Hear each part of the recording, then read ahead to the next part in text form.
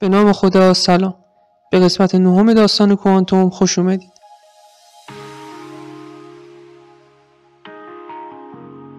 وظیفمون این نیست چیزی رو ببینیم که قبلا دیده نشده، بلکه وظیفمون فکر کردن به چیزیه که هر روز میبینیم ولی تا حالا بهش فکر نکردیم. تو این قسمت میخوایم در مورد معادله شرودینگر و نحوه تحول زمانی حالتهای کوانتومی صحبت کنیم. این معادله شرودینگره. میدونم که به نظر زشت میاد، اما صبر کنید. قصد داریم تو این قسمت در مورد معنای واقعی معادله شرودینگر صحبت کنیم. اون موقع میبینید که این معادله چقدر مفیده.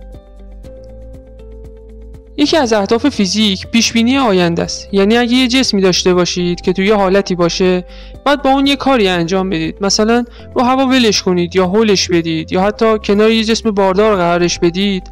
فیزیک به شما میگه که تو لحظات بعدی چه اتفاقی برای اون جسم میفته.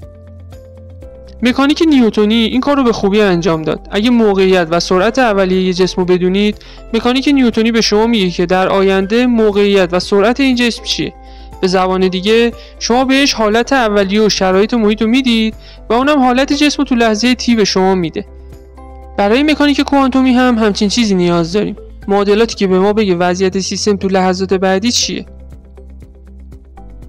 معادله شرودینگر همین کار رو میکنه. در واقع روش خیلی بهتری برای نوشتن این معادله وجود داره که اونو به این شکل در میاره. به یاد داشته باشید که وضعیت یه ذره کوانتومی توسط تابع موج داده میشه. بنابراین اگه تابع موج اولیه این باشه، معادله شرودینگر به شما میگه که یه همچین چیزی رو اون عمل میکنه تا تابع موج تو لحظه تی به دست بیاد. حالا سوال اینه که این عملکرد چیه و چرا این شکلیه؟ اگه به تاریخ مکانیک کوانتومی علاقه‌مندید، احتمالاً شنیدید که شرودینگر اساساً این معادله رو عجیبش درآورد بدون ارائه هیچ اثباتی. این به نوعی درسته، ولی به این معنی نیست که الان هم نحوه به دست آوردن این معادله رو نمیدونیم. با این حال یه چیزی در مورد این معادله هست که خیلی حیاتیه و ما بعداً بارها و بارها ازش استفاده می‌کنیم. یه اصل بسیار مهم که ما برای درک کامپیوترهای کوانتومی، اثبات قضیه عدم کپی‌پذیری، تلپورت کوانتومی، تفسیر چند جهانی و تمام چیزهای دیگه بهش نیاز داریم و اون اصل اینه: تحول زمانی خطی. بذارید توضیح بدم. فرض کنید که من یه جسم دارم و 2 تا حالت مختلف داره که میتونم برای شروع انتخاب کنم. برای مثال میتونم این جسم رو با سرعت 0 رها کنم یا اینکه با سرعت زیادی پرتابش کنم. ما میدونیم که تو هر کدوم از این موارد چه اتفاقی براش میفته. ما تحول زمانی رو برای هر کدوم از اینا اعمال میکنیم و حالت سیستم تو لحظات بعد رو به دست میاریم. اما حالا فرض کنید جسم ما تو شروع تو یکی از این 2 حالت نباشه. در واقع تو برهم‌نهی از این 2 تا حالت باشه.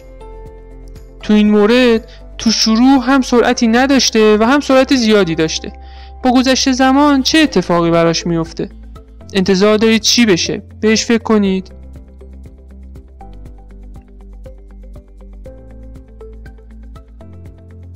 احتمالاً انتظار دارید تو برهم‌نهی از تحول هر حالت باشه. تو هر نقطه زمانی حالت سیستم به این شکله. روش ریاضی برای بیانش این شکلیه: تحول زمانی یک برهم‌نهی ترکیب خطی تحول زمانی هر یک از این حالت هاست.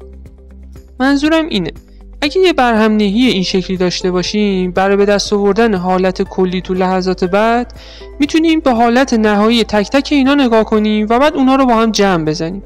حتی اگه حالت اولیه رو به شکل دیگه‌ای بنویسیم هم بازم این قضیه صادقه.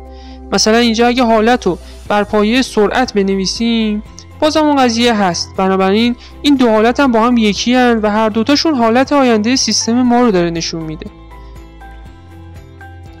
این به نظر یه چیز منطقی میاد که ما هم مکانیک کوانتومی همچین انتظاری داشته باشیم.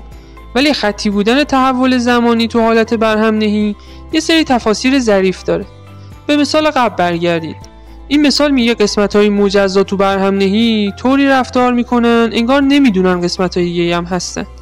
مثلا این قسمت به بقیه جاها نگاه نمیکنه ببینه اگه قسمت دیگه‌ای هم هست رفتار متفاوتی نشون بده. صرف نظر از اینکه حالت دیگه‌ای هم تو برهم‌نهی هست یا نه، کار خودشو میکنه. قسمت‌های دیگه هم همینطور. صرف نظر از بقیه قسمت‌ها رفتار خودشونو دارن. در واقع هر بخش از برهم‌نهی کاملا بدون آگاهی از بخش‌های دیگه تحول پیدا میکنه. البته این تا وقتی برقراره که اندازه‌گیری اتفاق بیفته. وقتی اندازه‌گیری میکنید شاخه‌های برهم‌نهی این شانس رو دارن که با هم دیگه تعامل کنن، به این دلیل که اندازه‌گیری از معادله شرودینگر پیروی نمیکنه. این واقعیت که اندازه‌گیری از اصلی پیروی نمیکنه که هر چیز دیگه تو جهان بهش متکیه خیلی عجیبه. نمیخوایم بگیم کاملا متناقضه، ولی اسمش روشه، مشکل اندازه‌گیری، و این بزرگترین مشکل اساسی تو مکانیک کوانتومیه. حالا که تونستیم اندازه‌گیری انجام بدیم، سوال اینه که چقدر میتونیم دقت اندازه‌گیریمون رو بالا ببریم؟ یا با بالا بردن دقت اندازه‌گیری یه پارامتر چه اطلاعاتی رو داریم از دست میدیم؟